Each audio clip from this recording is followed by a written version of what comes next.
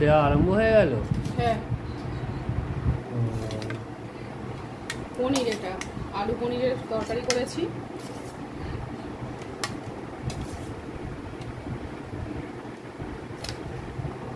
একটু ঝোল ঝোল রেখেছিলাম, কিন্তু ঝোলটা একদম শুকিয়ে গেছে, আলু সব ঝোল টেনে নিয়েছে।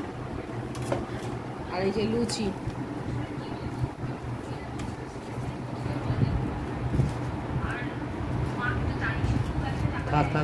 তিনটে দাও। আর এটাতে আছে, মিষ্টিটা দিয়ে দিই। আর এই যে আছে মিষ্টি, তোমাকে দুটো দিই।